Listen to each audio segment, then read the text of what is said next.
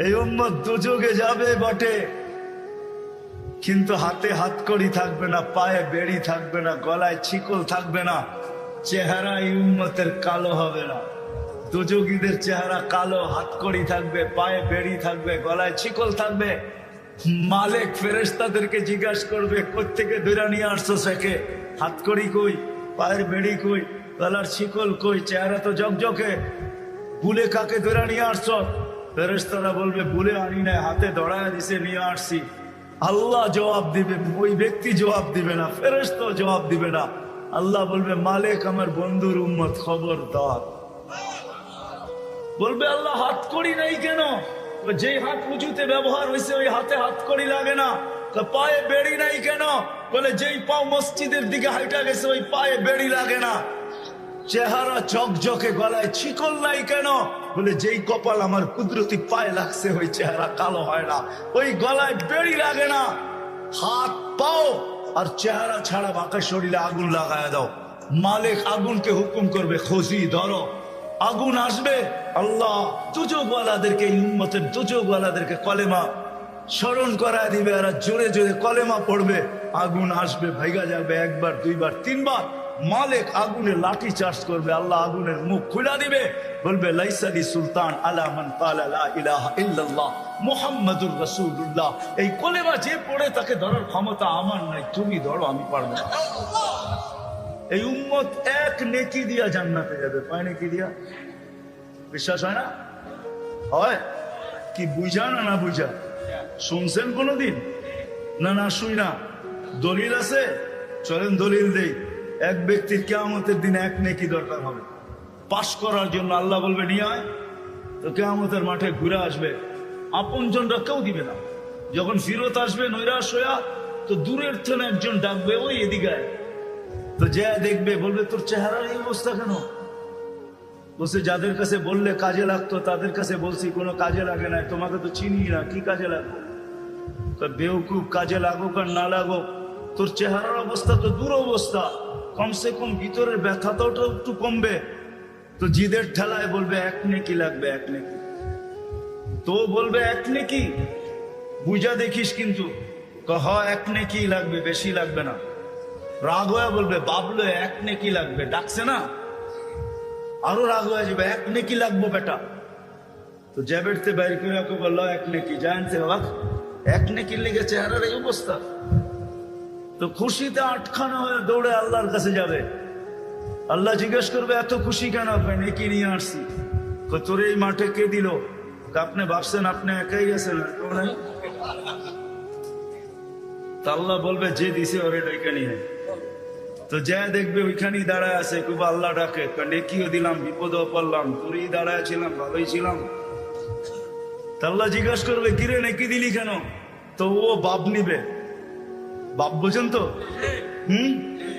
বাপ নিয়া বলবে, এক নেকি তো ছিল, আমার কি কামে লাগতো? এটা নষ্ট করে কি লাভ হতো? ওর কাজে লাগতেছে, লাগাই দিছি। তা আল্লাহ হাসবে আর বলবে, আল্লাহ বলবে, আমার চেয়ে বড় দাতা হইতে চাস, ঠিক না? বড় বাপ দেখাস এক নেকি দিয়া, দাতা হয়ে, ঠিক না? আমার চেয়ে বড় দাতা হইতে চাস? তো যাকে এক নেকি দিছে ও তো পাশ হয়ে গেছে, ঠিক না? ওরে বলবে, খুশবিয়া দিয়া খুলিল জান্নাহ, আর হাত ধর, চল দুজনে জান্নাতে। আমার চেয়ে বড় দাতা হইতে চাস? হায় হায়, আমার মন চায় আমার জাতি যে কবে এখানে আসবে, যে প্রত্যেক ব্যক্তি সংযুক্ত হবে আর মসজিদে যে জিজ্ঞাসা করবে, মাদ্রাসায় যে জিজ্ঞাসা করবে, মার্কাজে যে জিজ্ঞাসা করবে, ওলামাদের কাছে যে জিজ্ঞাসা করবে, হুজুর হাত পাততে হবে না, প্রয়োজন কি এটা বলেন, আমরা পৌঁছে দিতে চাই। কবে যে আমার জাতি এরকম হবে?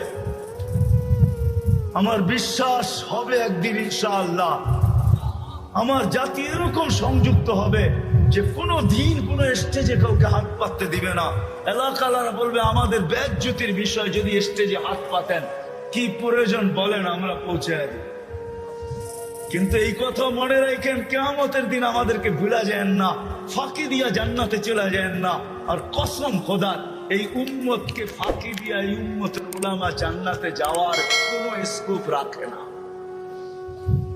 আমার কাছে দলিল আছে, এই উম্মতের উলামা উম্মতকে ফাঁকি দিয়া কেউ জান্নাতে যেতে পারবে না। বরং গেলে আমাদের সামনে দিয়ে যেতে হবে।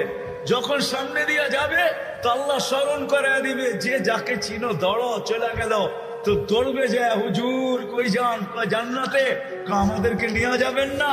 তখন হুশ খুলা যাবে, তখন দাঁড়াবে আর বলবে আল্লাহ জান্নাতে যাব না। কেন যাবে না? এরা ধরা পড়ছে এদেরকে নিয়ে যাইতে, এদেরকে না দিলে আমিও যাব না।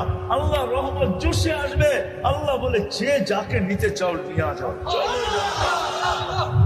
আমার জাতি যে কবে এই কথা বুঝবে? আল্লাহ রসুল তোমার জন্য সারা জীবন চোখের পানি জড়ায় গেছে, শুধু জড়ায় যান না, এখনো জড়াইতেছেন, শুধু এখনো জড়াইতেছেন না। আবুল সামারকান্দি রহমতুল্লাহ আলী লেখছেন, কেউ আঙ্গুল উঠাইলে ওনার উপরে উঠেন, আমার উপরে না। উনি ওনার কিতাবে লেখছেন, কবর থেকে যখন উঠবে কিয়ামতের দিন, তখনও চোখে পানি নিয়ে উঠবে, মুখে চিৎকার নিয়ে উঠবে। উনি লেখছেন, ইয়াখরুজ ওয়া ইয়াবকি ওয়া ইয়াকুল, উঠবেন চোখে পানি, মুখে চিৎকার, আইনা উম্মতি ইয়া জিবরিল, জিবরিল আমার উম্মত কোথায়?